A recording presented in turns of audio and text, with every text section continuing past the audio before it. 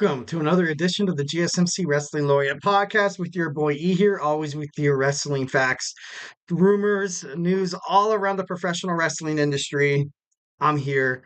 Hope you guys had an amazing week. Hope you guys are, current. I know it's Tuesday, and I know it might seem a little like a drag, and you're like, oh, just waiting for that Friday, but it's gonna come. Definitely, Friday always comes. It's inevitable. Kind of like Thanos is like, I'm inevitable. But a hardworking week comes with great satisfaction at the end of the week when you basically celebrate yourself during the weekend. You relax, have fun with the kids, barbecue, have a couple drinks, invite some people over. However you like to relax. Me, myself, I'm a huge extrovert. My wife, she's an introvert, and so it kind of meshes. We don't really mesh well in terms of like, I want to have a barbecue. She's like, why can't we just sit down and watch TV and hang out? I'm like, I mean, I guess, but obviously you do what you do the things you do for the people that you love. So it's basically the moral of the story. That was the end of the show, guys. Hope you have a good. I'm just kidding. Now, thank you for tuning in to the GSMC Wrestling Laureate Podcast, brought to you by the GSMC Sports Network.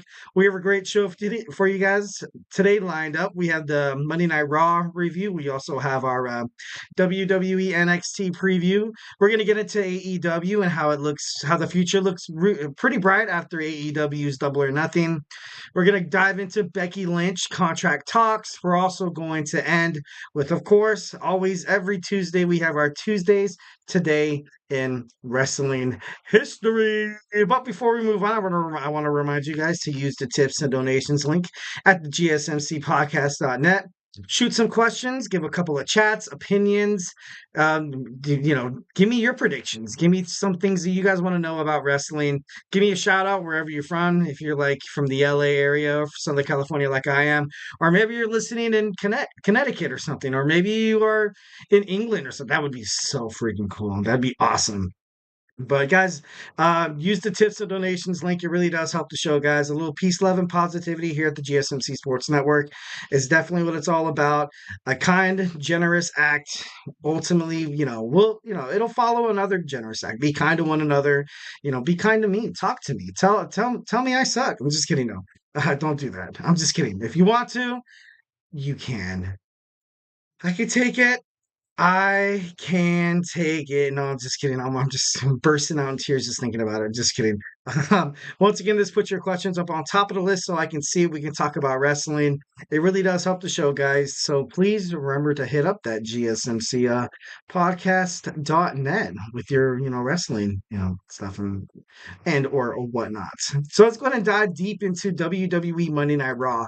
Overall, I feel like it was a pretty good Monday Night Raw. Of course, having it happen after the WWE King and Queen of the Ring in Jeddah, Saudi Arabia. So let's talk about it. Let's talk about it. So first, of course, you saw Gunther come out and he talks about, the championship title match at SummerSlam. Absolutely. Okay, first and foremost, I absolutely love that Triple H kind of made this thing how the King and Queen of the Ring, we will get a title match at SummerSlam or at a pay-per-view.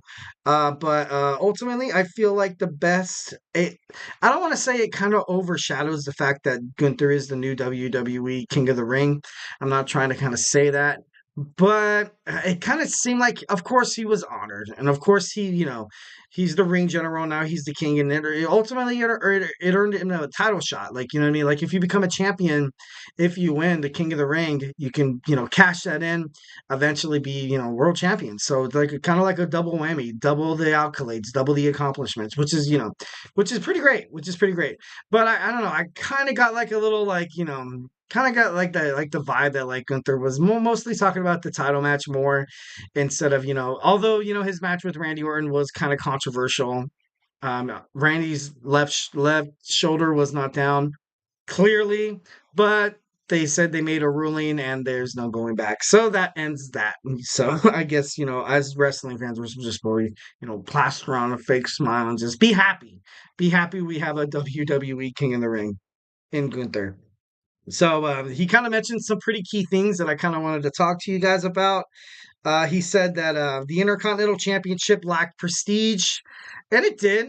It did. I think as soon as the best Intercontinental champions, definitely hands down, was probably Pat Patterson, Ric Flair, And nowadays, you kind of have The Miz. The Miz was obviously kind of had Shawn Michaels and Razor Ramon in the past, but The Miz kind of made a prestige. And after The Miz dropped the title, Seth Rollins did his best to kind of surface it. The fighting champion, he would defend his championship night in, night out, week in, week out. And, that was cool and all. But I don't know. I don't know if it was Gunther's historic Intercontinental Championship reign of 666 days that kind of sealed it. Most likely it is. But he's not wrong when it comes to that. When he brought that up, it's not like he was wrong. Next, the King of the Ring tournament lacked prestige, he said. I don't really necessarily. Well, I think for the longest time, since there was really no huge stipulations toward the King of the Ring, it was kind of just like a crown. We saw Xavier Woods win it. Wade Barrett won it. You had a whole bunch of, and then in the past, like you kind of had Stone Cold Steve Austin, you had Triple H, you had Owen Hart, and these guys, they made it prestigious. You had Bret Hart who went back to back. Definitely the King of the Ring needed an uplift, and I love that Gunther kind of brought that up, kind of like, WWE tried sweeping out under the rug and be like, okay, hey, like people won't notice that we didn't really give a crap about the King of the Ring. We honestly did not until now. Until now, we're trying to bring it back. Now it's going to become definitely a yearly thing. It was showing, it was showing habits that it was, every 2 years, basically, whenever WWE wanted to bring it in, you know, into the entertainment cycle. But I think it's here to stay. I think the King of the Ring and the Queen of the Ring are here to stay, and it's kind of cool that you had someone like Nia Jackson, Gunther, kind of represent the tournament with just high praise, high prestige. So good for them. And then of course he had to bring up the World Heavyweight Championship lacking prestige. It it did and it didn't. I think Seth Rollins held the championship pretty well. Obviously, once when Roman Reigns was unbeatable and nobody could, kind of win the undisputed championship that Roman had. He had both belts. So then they kind of incorporated the World Heavyweight Championship back into the mix, and Seth Rollins won it. Seth Rollins is a good champion. He's a great competitor. He's just one of the best professional wrestlers I've seen in my time, at least. Like I said, I've seen in my time. And I love how Seth kind of made that world championship obviously it wasn't going to be that prestige, noticeably speaking, because of how Roman's title reign was just so enormous. It was just so like overshadowing that when people looked at the World Heavyweight Championship, it was created because Roman Reigns couldn't be beaten. Even Triple H said himself that, because Roman Reigns, had, 1,000 some days, holding the title, we're going to introduce another title. And then, lo and behold, you have the World Heavyweight Championship making its return again to WWE. And then you had Drew McIntyre win it. And then you had Damian Priest. And then now you kind of have Gunther is going to challenge. I don't know if it's going to be Damian Priest heading towards SummerSlam. Clash at the Castle, you have Drew McIntyre. I think, and honestly, it's kind of predictable, and I hope something else different like kind of happens. But it seems like CM Punk's going to find a way to kind of screw over Drew McIntyre. They're going to have a Drew McIntyre CM Punk fight. Um, so yeah, at SummerSlam, that I think it would be great. It'd be great to finally see these two guys who have been biting at the bits of trying to fight each other, ridden with injuries, burdened, unfortunate events. And I don't know. It would be pretty awesome to kind of see those two kind of go at it. Of course, you would have the World Heavyweight Championship kind of, out of the way. But with Gunther, fighting Damian Priest, that kind of destroys my future, my vision of, kind of like a Judgment Day Civil War, like with Finn Balor would eventually fight Damian Priest. Maybe they could make that for another pay-per-view coming up, but I don't know. I just think the Judgment Day turmoil, and you saw it tonight as well. You saw it tonight on Monday Night Raw. It just seemed like it's about to explode. I don't know how far and how long WWE can keep prolonging this because it's to the point where even fans notice they're like, okay, when is this going to happen? When is this going to absolutely blow up? When are these guys going to, beat the hell out of each other? So, it's going to be interesting to kind of see what WWE has, in terms of that. All right, next you saw JD McDonough against Braun Strowman. Once again, you kind of see the Judgment Day paying dividends and they interfere. Strowman wins, but is ultimately attacked by, the Judgment Day. And JD McDonough ran off, like a little, I can't say the word because it's, PG. But one of those, I kind of thought this match was like one of those like throwaway matches. They're like, okay, Braun Strowman's back, so we need another like not like a squash match because JD McDonough is far from a superstar that could technically be squashed. But I think that they kind of needed a distraction, kind of needed a way for just something to kind of unfortunate things to happen for Becky Lynch to lose the championship. Obviously, later on in the in the broadcast, you saw that happen, but we're gonna dive into that, when it comes to that. So then you saw Ricochet against Ilya Dragunov, and this match was, Dragunov didn't want to take the match first and foremost. He was like, "I break people. I don't fight broken people." And Ricochet, he got cleared. He was cleared by Adam Pearce, and they started the match. They fought. It was actually a pretty good match heading into, the unfortunate side effect of Braun Breaker. Once again, I do not like this promo. I do not like the way WWE has used him thus far. And you kind of see him with Adam Pearce.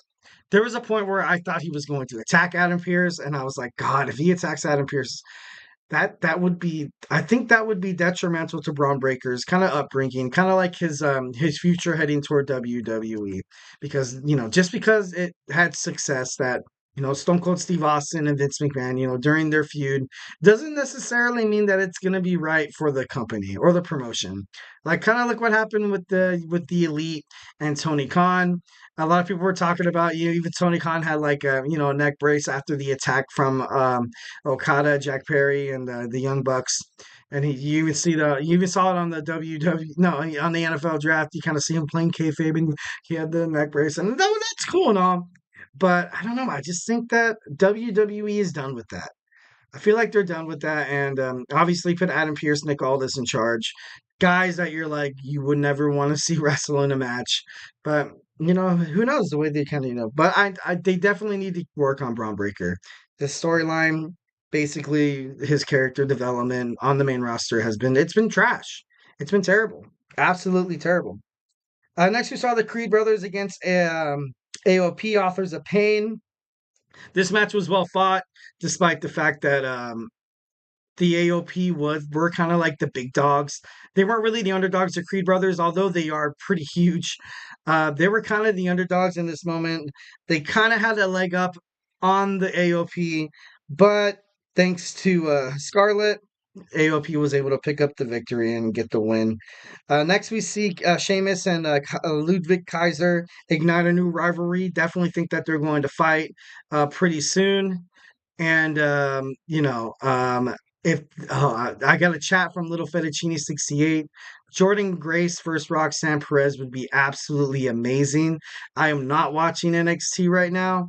I have not looked at social media, but that would be amazing. That would be so cool.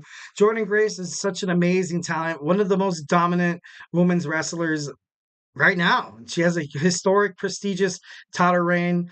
And against Roxanne Perez would have her hands full. Like that would be crazy. But that would be a match that I would love to see. But it would be interesting to kind of see that. Kind of like that Forbidden Door thing happening. Because I know Natalia took to Twitter/X and wanted to ultimately wanted to open that Forbidden Door. And my bad, spoiler alert. Oh my god, so did it actually happen? No way. I can't wait to see that. No, don't worry about, spoiling. No, this is a wrestling podcast. I don't mind the spoiler alert. I think that's totally badass. My mind's going 100 miles an hour right now. All I can think about is NXT. Oh my god, that's crazy. Wow. Jordan Grace against Roxanne. That's unbelievable. Oh man. So okay, sorry, got to stay focused. We'll still talk about Monday Night Raw. So next we saw Lyra Valkyria and Becky, basically Becky giving her since Lyra Valkyria lost the finals in the WWE Queen of the Ring, she ultimately, like, she just felt sad. She just felt upset. And Lyra Valkyria, she's been amazing ever since she was drafted to Monday Night Raw. And Becky Lynch was like, hey, hold on, you got this. You have a bright future in the WWE. And there's no doubt in my mind that Lyra Valkyria will be one of the best superstars that's ever made it to the WWE main card from NXT. So definitely think that's going to be awesome. Next, we saw Carlito against Rey Mysterio. I like, what's Carlito's deal? Like, I wonder what WWE is planning to do with him. I kind of had the speculation that, okay, like, let's just pretend like he actually makes it into the Judgment Day. Like, he's not better than Finn. Honestly, I don't think he's better than JD. And honestly, I don't think he's better than, Dirty Dominik Mysterio, which is kind of sad, but I don't know. Rey Mysterio picked up the victory, which I kind of, thought. It was absolutely BS. It was bad for the Judgment Day. Damian Priest was not happy.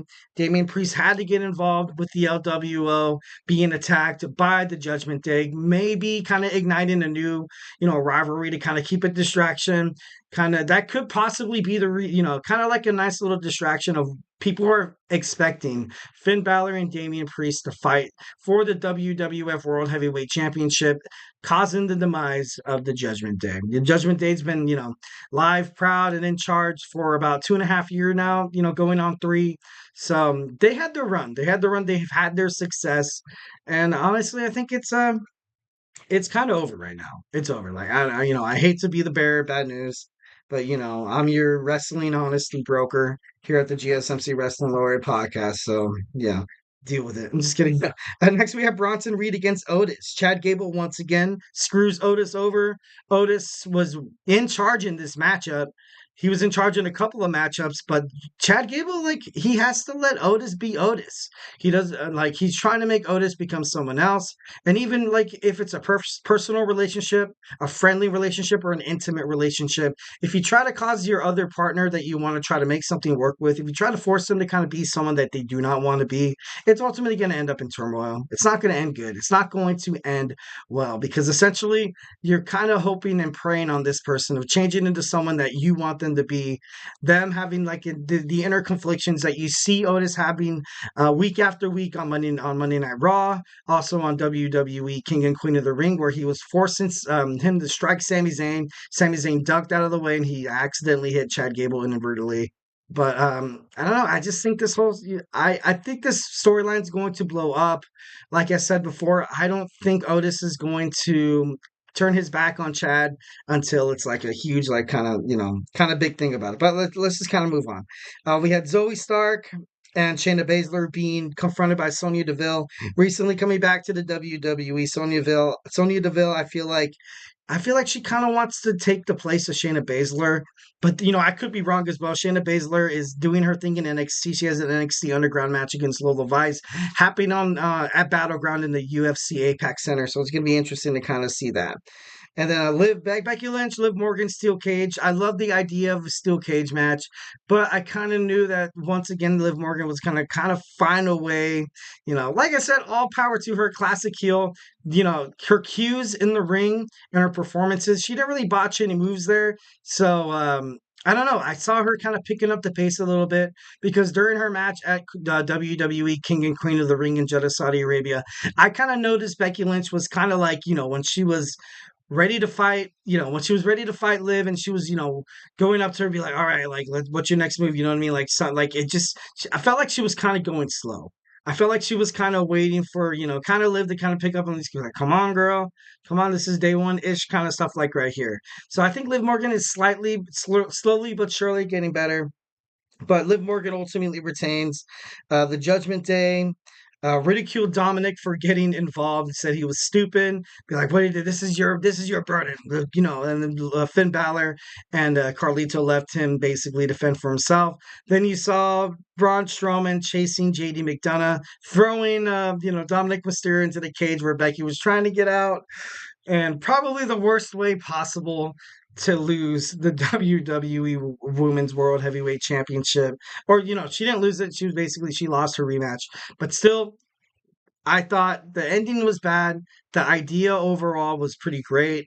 After the end, you saw the kiss that was heard all around the world. Liv Morgan kissed Dominik Mysterio. Mysterio seemed like he was a little, disingenuous about it. Seemed like he wasn't really expecting it or didn't really want it. But honestly, I don't know what's happening between Dominik Mysterio and Liv Morgan. I think a lot's gonna unfold heading forward. And I personally can't wait to see that finally, kind of surface because now he's helped Liv Morgan twice, win the WWE Women's World Heavyweight Championship and also retain it. So, yeah. Next, we're going to get into our WWE NXT preview. We have a lot's happening. We have you have Battleground coming up right around the corner. So, hey, don't go anywhere. I feel like I'm losing my mind. Is everybody in the world blind? Please, Lord, give me a sign, a sign. I feel like I'm losing my mind. Is everybody in the world blind?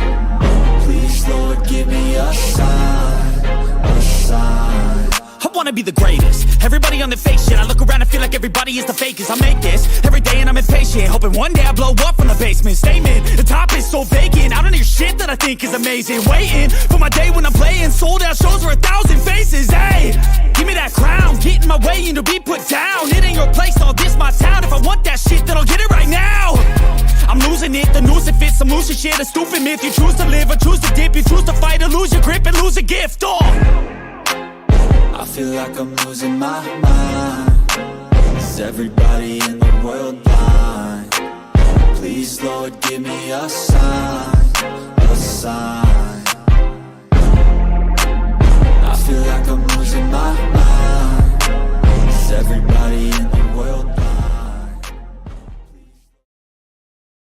All right. Welcome back to the GSMC Wrestling Laureate Podcast, brought to you by the GSMC Sports Network. Just to kind of reflect on segment one, we talked about our WWE Monday Night Raw review. We also got a couple of bombshell, spoiler alerts for tonight's WWE NXT. Can't wait to watch it. It's going to be dope. But before we move on any further, I want to remind you guys to always use the tips and donations link at the GSMCpodcast.net.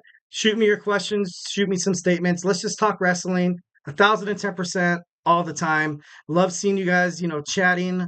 Definitely makes the podcast a hell of a lot better with you guys, here watching and, kind of contributing because, like this, it's a podcast, it's a show, but ultimately I kind of want this to be like a nice little ongoing conversation.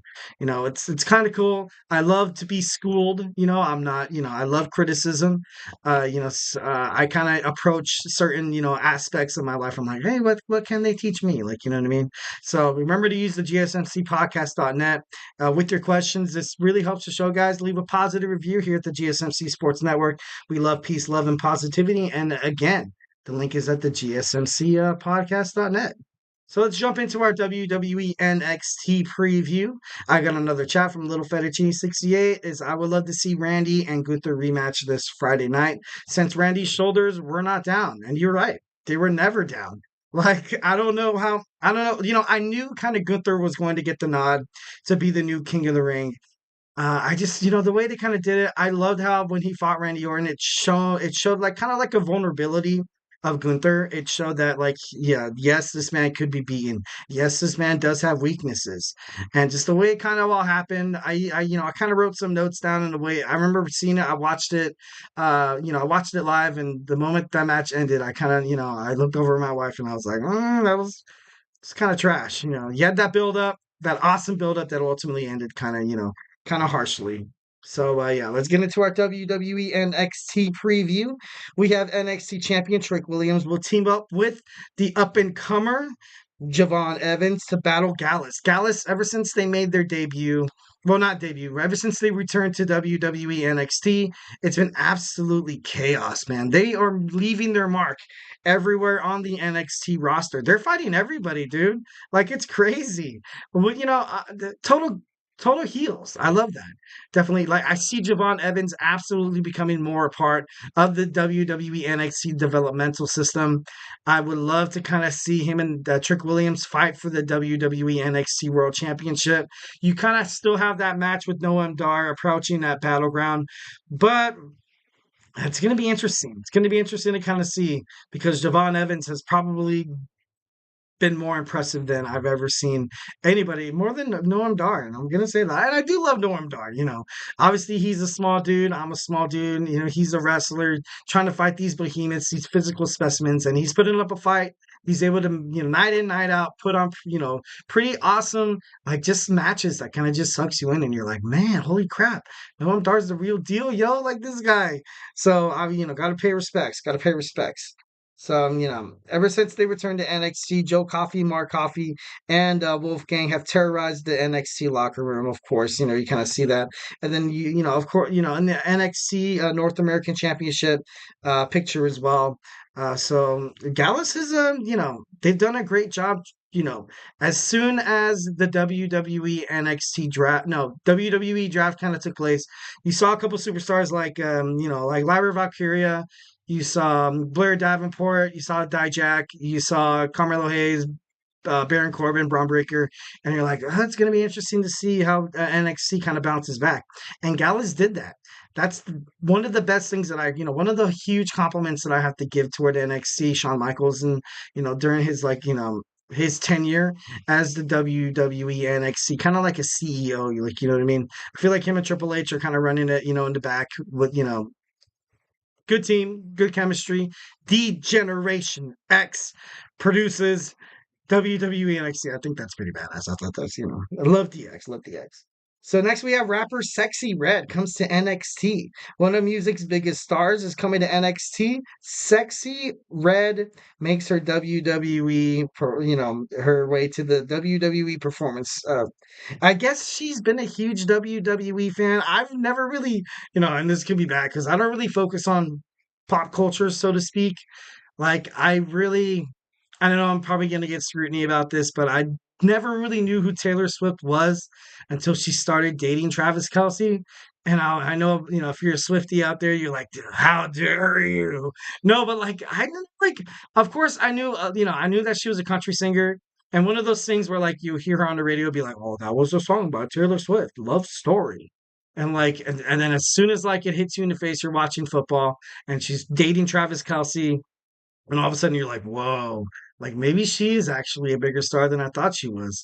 I kind of put her in that category of like Doja Cat and like, of like Ariana Grande. And I'm like, like, oh yeah, they sing, but they're not, like who really cares? Who gives a damn about Taylor Swift? You know what I mean? But as soon as she, started dating Travis Kelce, and obviously, like I said before, I will definitely get a lot of lashback about this because there was like, all the Swifties out there be like, how could you not know who Taylor Swift is? Because it's not my cup of tea. I don't really kind of listen to that type of music. For me, I know, I listen to a lot of oldies.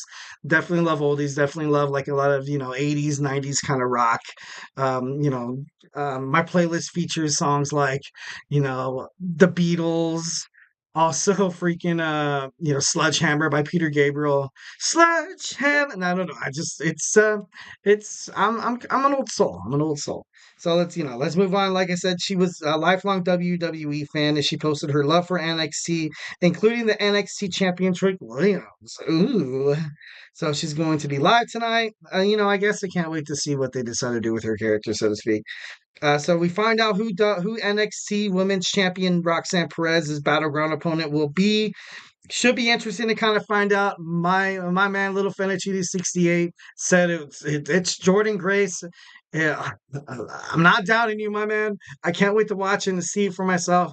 And if it's true, Jordan Grace is going to be a huge superstar. She's going to be probably one of the biggest free agents picked up by WWE.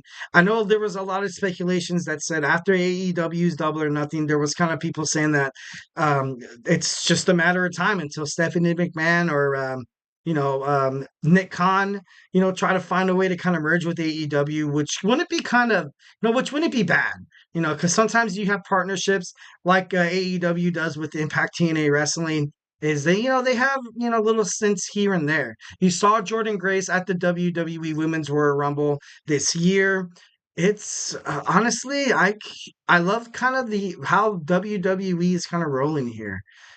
Post the Vince McMahon era so far has been one of the best. One of the best. Like obviously, I love the Attitude Era, love the ruthless aggression era. There's a little time and stint where you kind of had, weird storylines and weird character developments and stuff like that. But I think ultimately WWE is doing it right. If you have to kind of try to insert yourself into the professional wrestling world, that doesn't involve WWE, because that's something WWE has done for such a long time. You kind of alienate yourself. You kind of leave yourself on this own little branch and, oh yeah, that's cool. Like, love WWE, you're doing it on your own. That's cool and all. But what about the fans? What about the fans who love Ring of Honor? What about the fans who love TNA Impact Wrestling, New Japan Professional Wrestling, the National Wrestling Alliance? Like, I've always kind of, condoned, I've always kind of advocated for the idea of, wrestling kind of being on one big broader spectrum. Why do we have to choose either or product? Obviously, there's a whole lot of talent, so you got to split them into shows, and kind of merging as one would kind of make no sense, because we're like, oh, which title means more? The AEW World Heavyweight Championship, the WWE Championship, the World Heavyweight Championship, the Impact Wrestling Heavyweight Champion? Like, like it, you keep these shows, you got to keep these old, they're separate entities, to kind of, for the business to kind of make sense. So, but it's going to be interesting to kind of see what happens with that. Next, we saw Kaylani Jordan. She's going to tangle with Ren Sinclair in an NXT qualifying match. Of course, you've seen the Sol Ruka, Last Legend, and Jada Parker and Fallon Henry qualified. We need 2 more spots, and they will be determined tonight for that 6-pack ladder match to determine who will be the inaugural WWE Women's NXT North American Champion. And then you saw Mi Chen. She's returning to NXT to fight Tatum Paxley in a Battleground qualifying match. And finally, we have Rich Holland and Riley Osborne finally duking it out. Rich Holland, for the longest time, wants someone to trust him, wants to show that, he's been placed in, such kind of, different circumstances. Like, he's been, if there was a Murphy's Law for WWE, Rich Holland would probably be the spokesperson of that. But that's just me. That's just, my, what I'm thinking here. It's going to be a fight. It's going to be kind of crazy. I think ultimately Rich Holland will pick up the victory, but it's going to be interesting to kind of see them kind of moving forward for Chase U, with Thea Hale. And I don't know. It's going to be interesting to see how, today, pans out. So, WWE NXT is live right now at the WWE Performance Center in Orlando, I believe. Next, we have AEW's future looking pretty bright. AEW's Double or Nothing was absolutely stellar. Definitely one of the best pay-per-views I've ever seen in terms of wrestling, not just AEW, but wrestling. So we're going to dig into why AEW and, maybe exactly what do they have to continue doing to, kind of stay accomplished and kind of keep this momentum moving in the right direction. So, hey, don't go anywhere. Looking for your daily fix of sports talk without having to pay for it? GSMC Sports Network is available on YouTube. Just search GSMC Sports Network. Get your fix of daily sports talk shows on YouTube, absolutely free. NFL, college football, NBA, MLB, MMA, UFC, fantasy football, and so much more. GSMC Sports Network has shows running all day long, with new sports shows starting every 2 hours. Just like on your favorite cable sports channel, except GSMC Sports Network is absolutely free. Just search GSMC Sports Network on YouTube to catch one of your new favorite shows, like the GSMC College Football Podcast, Chip Shot Football Podcast, Hoops and Heels Women's Sports Podcast, GSMC Basketball Podcast, and so many more. Check it out for yourself. GSMC Sports Network, now available on YouTube absolutely free. Search GSMC Sports Network on YouTube right now.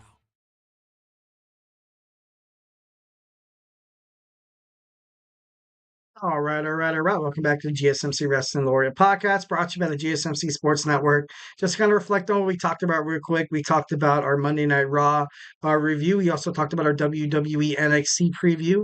And we're going to move on to our third segment. We're going to talk about how AEW is future. It's looking pretty bright. But before we move on, I want to remind you guys to use the tips and donations link at the GSMCpodcast.net to give me, some of the chats. Give me some of your guys' spicy takes. I absolutely love, talking with you guys, about stuff like this. So let's talk about AEW. Future is absolutely looking better. And I agree 110%. But yeah, let's go ahead and dig right on into it. So, like I said before, AEW's future is definitely better than ever. I can't wait to kind of see this, story kind of develop. I can't wait to see what Tony Khan continues to do with AEW. So let's just kind of, so AEW's Double or Nothing that happened May 26th on Sunday was absolutely, it was a banger. It was absolutely awesome. It was even, there was actually speculation that in terms of ratings for a little bit there, and I don't think in totality, this didn't really like kind of come to surface that Double or Nothing did better than King and Queen of the Ring in terms of ratings. And if it's true or if it's not true, I think this is pretty big for AEW. Just the fact that you're kind of being compared to a WWE event that was taking place in Jeddah, Saudi Arabia. At this point, like, cool. Like, so you got to take the W's when they come and, take the L's when they're L's. But I think this is great. I think this is great for AEW. 1,010%. If if the ratings were, favored your way, I watched both pay-per-views. I really honestly did. Love WWE. I am primarily a WWE fan, but I liked AEW Double or Nothing way better than WWE King and Queen of the Ring. There, I said it. No, but I liked it better than Backlash. I did in France. I honestly did. I liked it better than a other bunch of WWE pay-per-views that I've, seen so far. And I'm not trying to dog on WWE or trying to throw shade or anything like that. But, obviously WrestleMania is always great. But I think for the longest time, WWE didn't really realize they had competition until, recently with AEW. I watched Dynasty and it was great. I watched, it was pretty good. I watched Double or Nothing from the beginning to the end, ordered it on pay-per-view. Money well spent, by the way. It was amazing. And WWE, I feel like they kind of got used to, not having a show to kind of compete against. So they would kind of put on not mediocre, premium live events. I'm not trying to say that, so to speak, but I would feel like they didn't really have the urgency to kind of put on matches.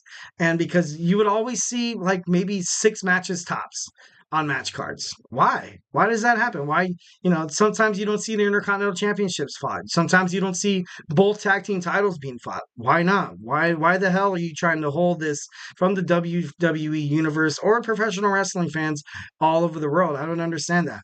So far, in every single AEW pay-per-view, you've had every single title being contested. Absolutely 110%. That's what wrestling fans really want to see.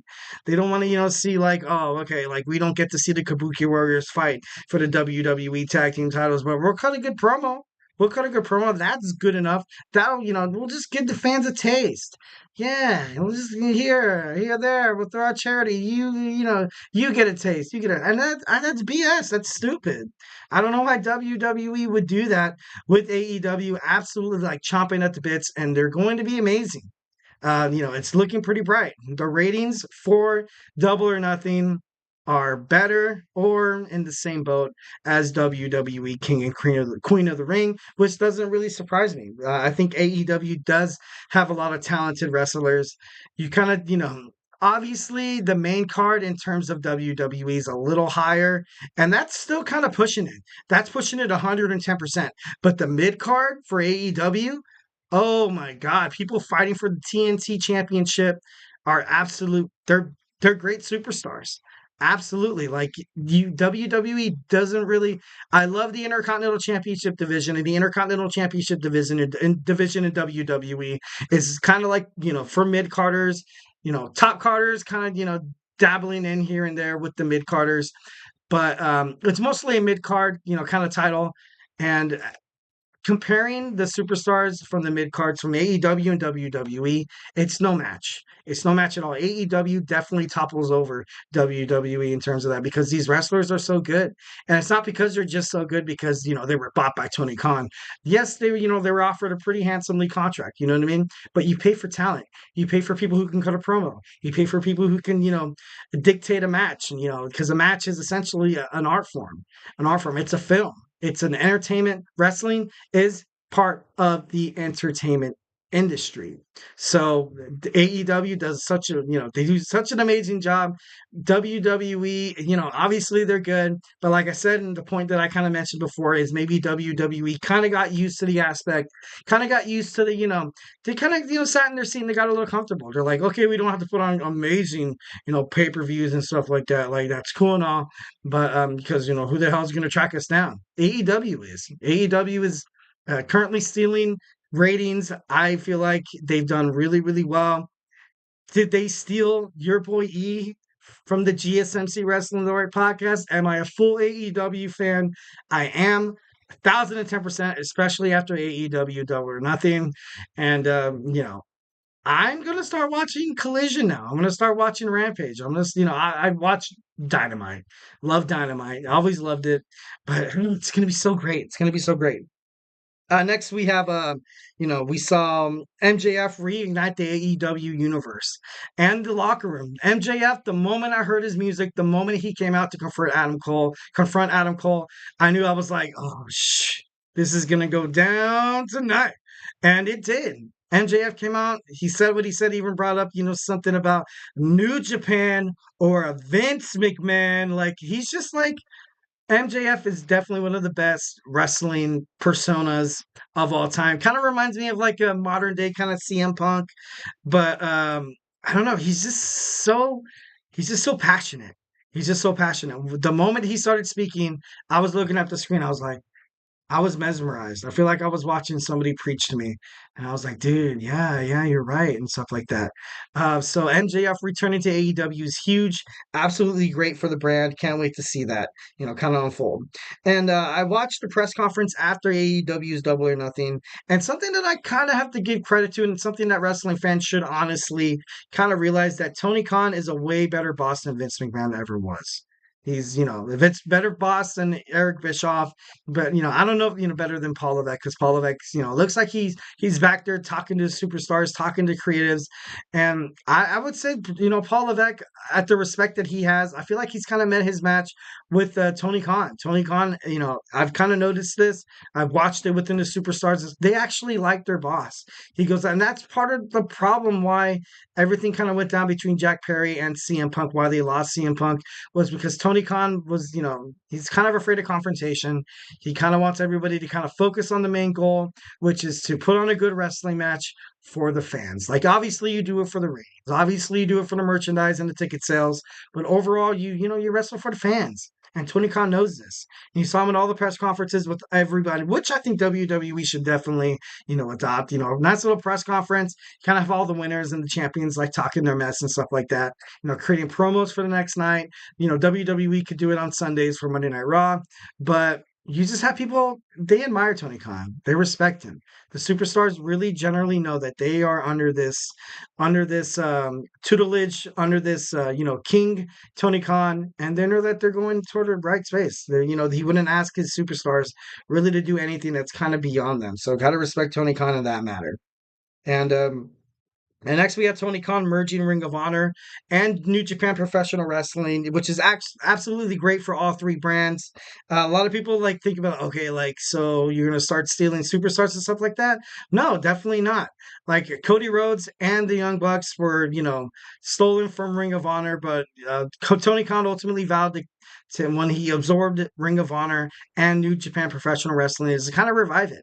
If he's no Vince McMahon, and kind of like what Vince did with WCW and ECW, is you want these wrestling promotions to realize that you're the man, you're the crap, you're the boss. WWE towers over you, and I want to show you that. And that's something that Tony Khan's not all about. Like obviously he did take Cody Rhodes and Young Bucks, but he didn't just let that he didn't let the TV program or the wrestling promotion kind of go, under, kind of be hiatus. They outbid WWE for the purchase of Ring of Honor in terms of their video library, which is great because I feel like if WWE would have took it, it kind of would have been just like not really as advertised or not really like a huge bang, like as if Tony Khan was going to do it. So I definitely love that Tony Khan is the new head of Ring of Honor, New Japan Professional Wrestling. Sometimes they have certain deals with TNA Wrestling that it's just a matter of time. It's just a matter of time. And Tony Khan is not taking advantage of these promos. No, no, no, he's not. He's doing his best to reignite them. He's doing his best to kind of, split superstars. You have a lot of talent on the AEW roster that would do wonders, that would do absolute wonders in New Japan Professional Wrestling and Ring of Honor. So, definitely got to respect Tony Khan, throw some respect toward that. And also, he's had the HBO streaming services coming up. And now they have the video library of Ring of Honor. They had a video library of New Japan Professional Wrestling, and they're going to have the video library of AEW. So, happening on Max, you have the streaming services. Now you have the TV programs. AEW is definitely looking hot. They're definitely looking toward the future, and it's amazing. And they are a global wrestling conglomerate. They're the all-star wrestling company. You have 3 companies. TNA is probably the next to follow. I don't know how much they would dig into the National Wrestling Alliance, but I think honestly, if you can get them at a good cheap price, it would be awesome to kind of keep these. You have the All Star of wrestling happening under the man, the myth, the legend, the new up and comer that has nothing but respect for the fans, the wrestling superstars, and ultimately the promotions that he's representing is Tony Khan. So a lot of good things happening for Tony Khan. Definitely love that. Proud of him. I'm just infatuated with where AEW is going to kind of wind up within the next couple of years. All right, so we have Becky Lynch's expiring contract we're going to talk about. We're going to dive in deep. We're going to find out what exactly Becky Lynch wants to do. There was a lot of speculations about her maybe possibly going to AEW, and we'll all address it as soon as we come back. So, hey, don't go anywhere.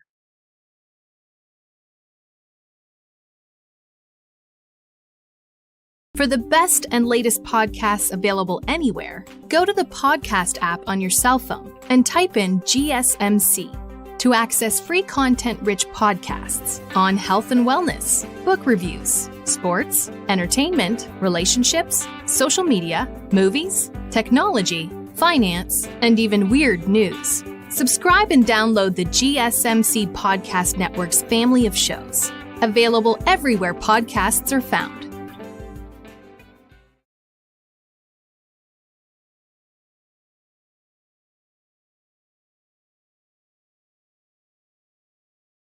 All right. We are back with the GSMC Wrestling Laureate Podcast, brought to you by the GSMC Sports Network.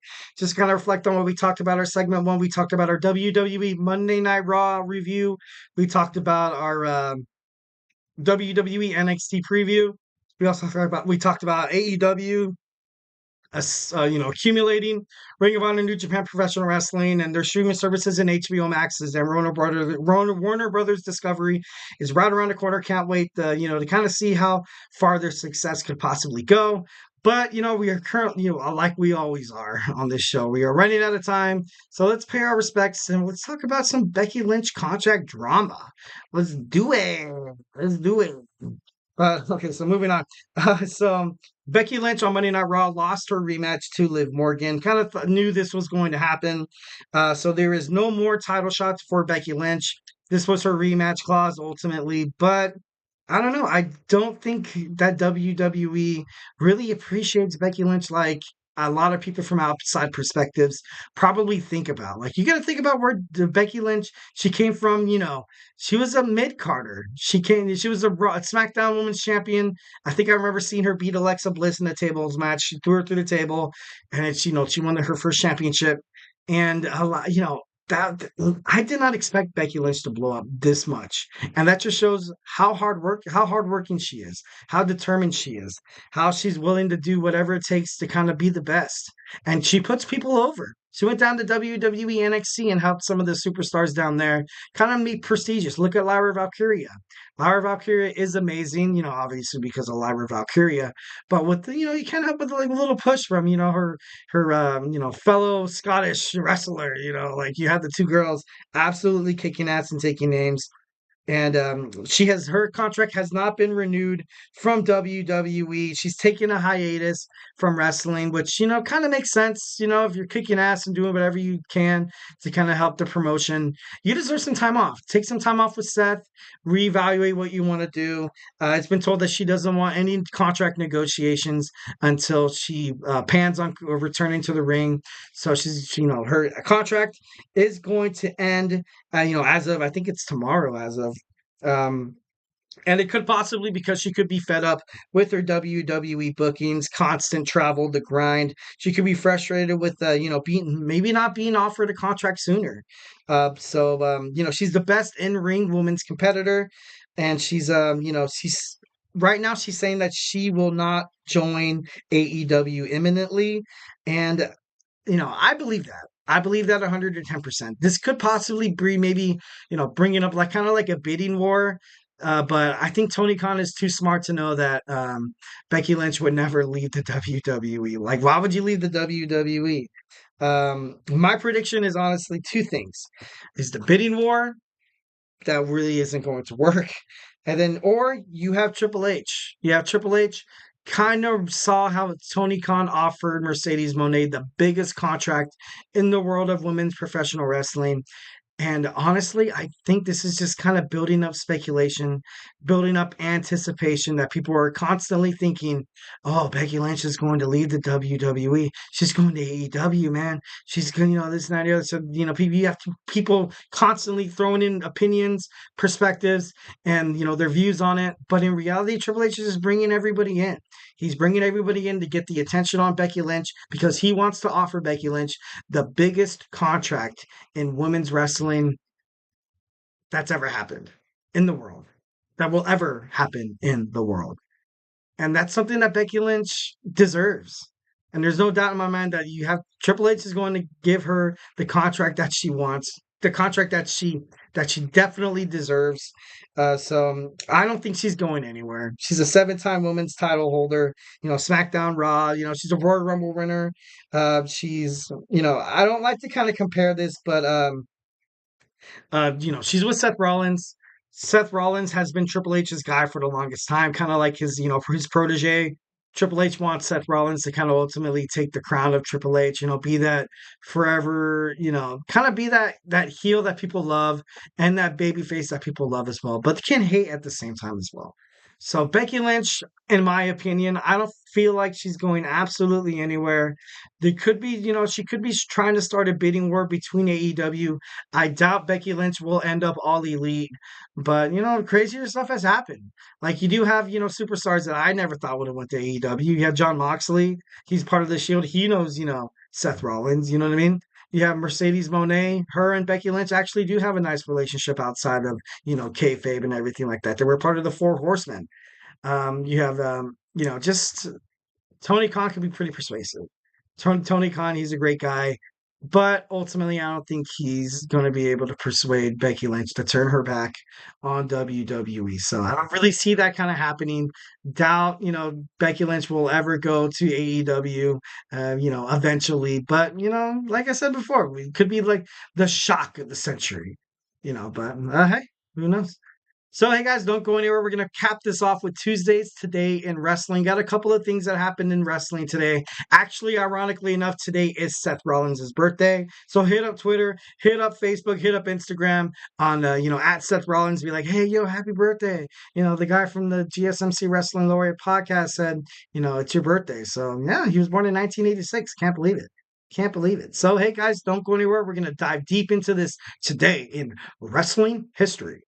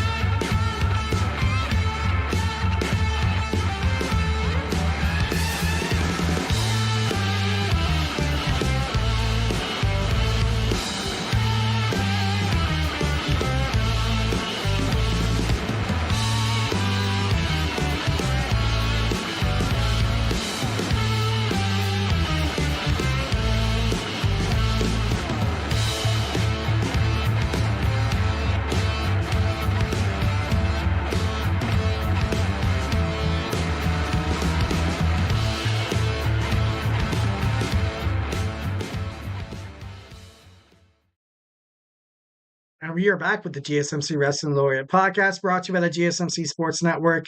Just to kind of reflect on what we talked about real quick, we talked about our Monday Night Raw review. We talked about our WWE NXT preview. We talked about how AEW's future is looking definitely bright for Tony Khan.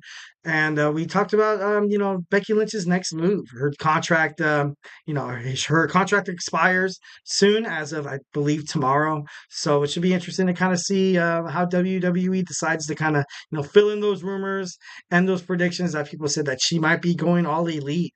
Could possibly happen. Highly doubt it.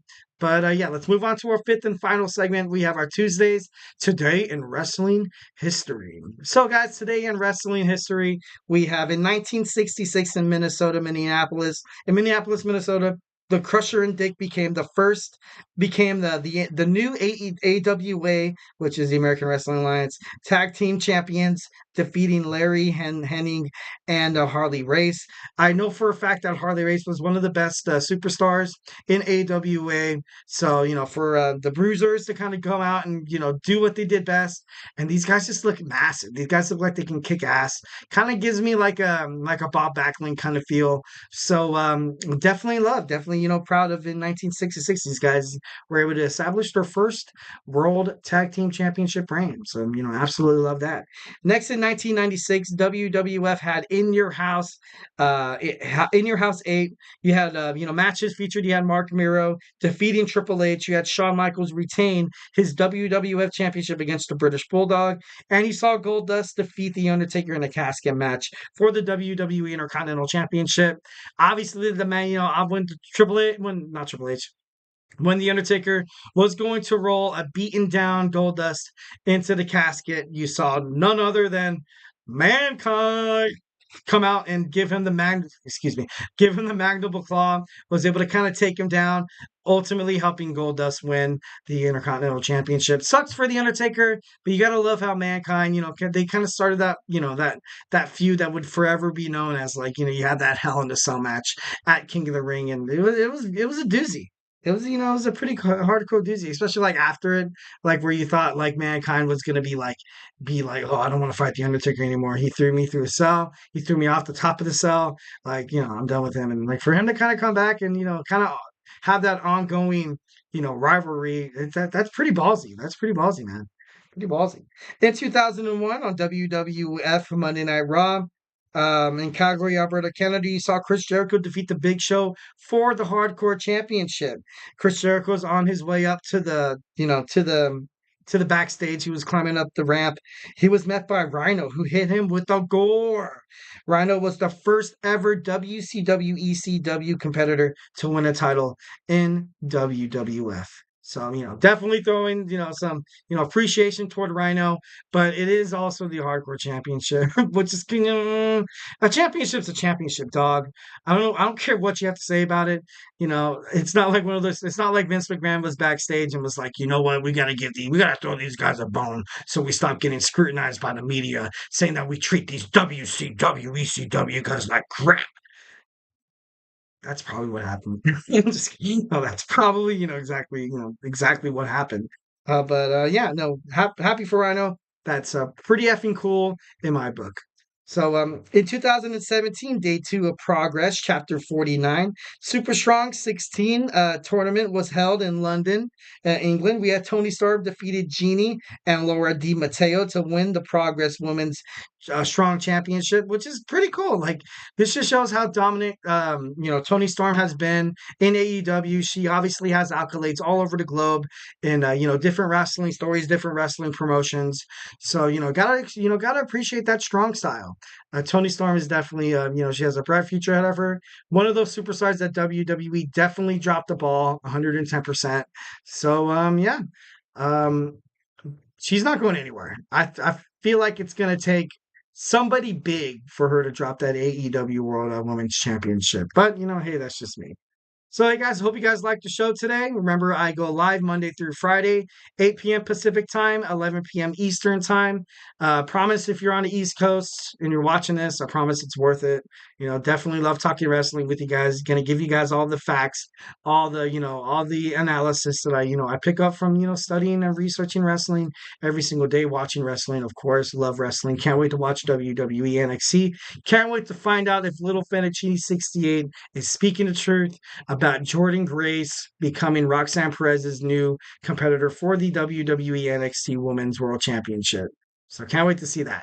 Thank you for tuning in to the GSMC Wrestling Laureate Podcast, brought to you by the GSMC Sports Network. Your support means a lot to us, so please remember to Superman punch that like and subscribe button to the show. Also follow us on Facebook, Twitter /X, TikTok, and Instagram for more content and updates. And just support us, guys. Here at the GSMC Sports Network, we love peace, love, and positivity all the way, baby, 100%. Like I always say before, if I haven't made you a wrestling fan by now, we have shows like the Andrew Tate Show.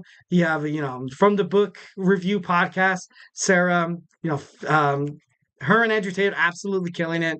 I watched a little bit of their show today, and it was pretty cool. Sticking to sports, all the things surrounding sports, even some stories that it's entertainment. Sports is all about entertainment. You have the NBA, playoffs happening pretty big right now. My boy Nelson is on the call with the GSMC Basketball Podcast. We have Christopher with our Fantasy Sports Podcast. Both of those guys will be joining me Friday night, so do not miss that. It's pretty cool to kind of bring people from different perspectives, different backgrounds, and talk about wrestling. So definitely. And we also have the Chip Shop Podcast with Manny, football with Kenneth, football.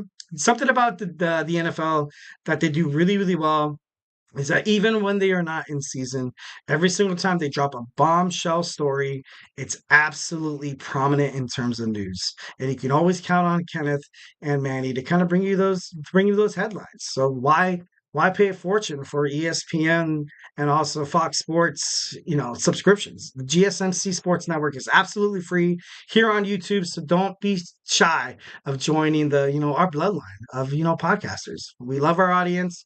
Definitely love and respect your guys' opinions.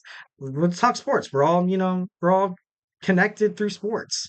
So let's just love sports together. Let's love one another, be kind to one another, be generous. One act of generosity could do wonders just in the world of life, guys. So, hey, you heard it from your boy, GSMC Wrestling Laureate Podcast guy, your boy E here on the mic, always Monday through Friday, at 8 p.m. So, honestly, guys, thank you guys so much for, tuning into my podcast. We did a phenomenal job today. Love you guys, but definitely want to be here without you guys. Appreciate you throwing respect. Throwing respect at my GSMC Wrestling Laureates. That's what I call my fans.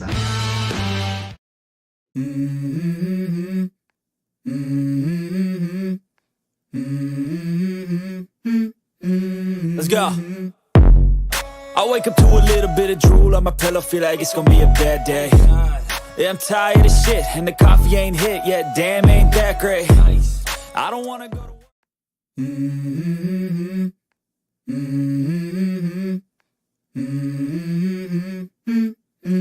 Let's go.